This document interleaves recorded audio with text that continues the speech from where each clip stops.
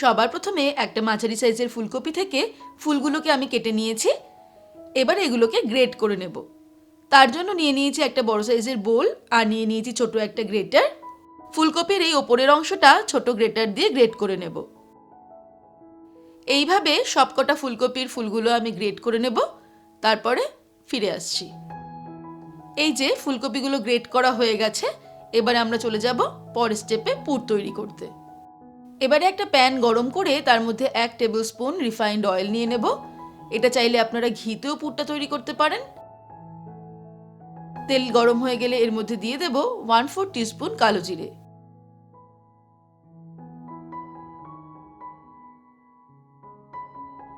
ফোড়নটাকে fry করে নিয়ে ফ্লেমটাকে মিডিয়াম টু লোতে করে এর মধ্যে দিয়ে দেব ফুলকপিগুলো।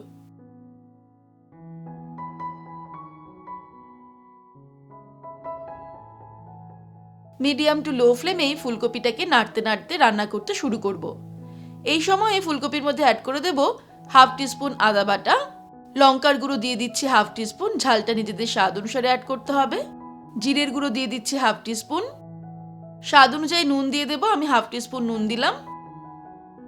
এর মধ্যে দিয়ে দেব 1 টিস্পুন পরিমাণে চিনি। তারপরে নাড়তে নাড়তে আমাদের রান্না করতে হবে একটু সময় নিয়ে। ফাইনালি এর মধ্যে অ্যাড করে দিচ্ছি 1/2 টিস্পুন পরিমাণে হিং, তবে আপনাদের যদি হিংয়ের ফ্লেভারটা ভালো না লাগে সেক্ষেত্রে স্কিপ করতে পারেন। তারপরে নাড়তে নাড়তে ফুলকপিটাকে ততক্ষণ রান্না করতে হবে যতক্ষণ না ফুলকপির জলো ভাবটা শুকিয়ে গিয়ে তেল বেরোনো শুরু হচ্ছে। প্রায় 10-12 মিনিট নাড়তে নাড়তে মিডিয়াম টু লো ফ্লেমে আমি এটাকে রান্না করলাম।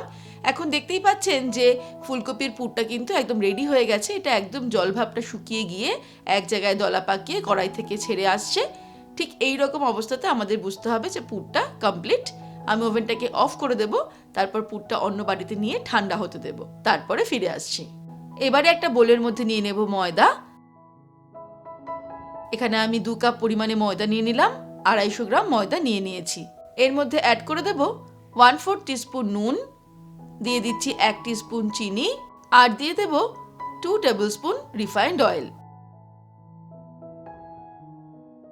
তারপরে নুন, চিনি আর তেল ভালো করে ময়দার সঙ্গে মাখিয়ে ময়ম দিয়ে নেব। ভালো করে মাখিয়ে নেওয়ার পর যখন ময়দাটাকে এইভাবে মন্ড তৈরি করা যাবে তখন বুঝতে হবে ময়মটা খুব ভালো মতো হয়ে গেছে। এবারে অল্প অল্প করে জল অ্যাড করে একটা সুন্দর সফট ডো তৈরি করে নেব। প্রায় 1/2 কাপ মতন জল ব্যবহার করে আমি একটা সুন্দর সফট ডো তৈরি করে নিয়েছি। এবারে হাতের পাতায় সামান্য তেল লাগিয়ে ময়দার তালের ওপর দিকটা তেলটাকে মাখিয়ে দিয়ে এটাকে ঢাকা দিয়ে রেখে দেব 20 মিনিট। সেই সময়ে পুরটাও ঠান্ডা হয়ে যাবে, তারপরে ফিরে আসছি। 20 মিনিট হয়ে গেছে। এবারে আমি এই ময়দার ডোটা থেকে ছোট ছোট করে লেচি তৈরি করে নেব। যেরকম আমরা লুচির জন্য লেচি তৈরি করি ঠিক একই মাপে লেচি তৈরি করে নিতে হবে। ময়দার ডোটা দিয়ে 14টা লেচি হয়েছে। এবারে আমি লেচির মধ্যে পুর ভরবো। একটা লেচি হাতের মধ্যে নিয়ে প্রথমে এটাকে ভালো করে গোল করে তারপর এটাকে বাটির শেপ দিতে হবে। ঠিক এইভাবে ঘুরিয়ে ঘুরিয়ে একটা বাটির মতো তৈরি করব। ঠিক মাঝখানে দিয়ে দেব কিছুটা পরিমাণে পুর। পুরটা খুব বেশিও দেওয়া যাবে না, আবার একদম কম দিলেও কচুরিটা খেতে টেস্ট হবে না। তাই পুরটা একটু মাঝারি মতন দিয়ে মুখটা চারিদিক থেকে দিয়ে খুব ভালো করে সিল করে দিতে হবে। আর সিল করার পরে একটু ঘুরিয়ে ঘুরিয়ে লেচিটাকে চ্যাপটা করে নিতে হবে, তাহলে পুরটা চারিদিকটা ছড়িয়ে যাবে আর লেচিটা বেলার সময় ফেটে যাবে না। এইভাবে সবকটা লেচি তৈরি করতে হবে। তবে লেচি তৈরি করার পর কিন্তু এটাকে ঢেকে রাখতে হবে অথবা একটু তেল মাখিয়ে রাখতে হবে। সবকটা লেচি তৈরি করে নেওয়ার পর এবার আমরা লেচিগুলোকে বেলবো। তার জন্য খুব ভালো করে তেল মাখিয়ে নেব বেলুন চাকিতে। ভালো করে তেল মাখিয়ে নেওয়ার পর লেচিগুলোকে তেলের মধ্যে নিয়ে আমরা খুব সাবধানে আলতো হাতে কচুরিগুলোকে বেলে নেব।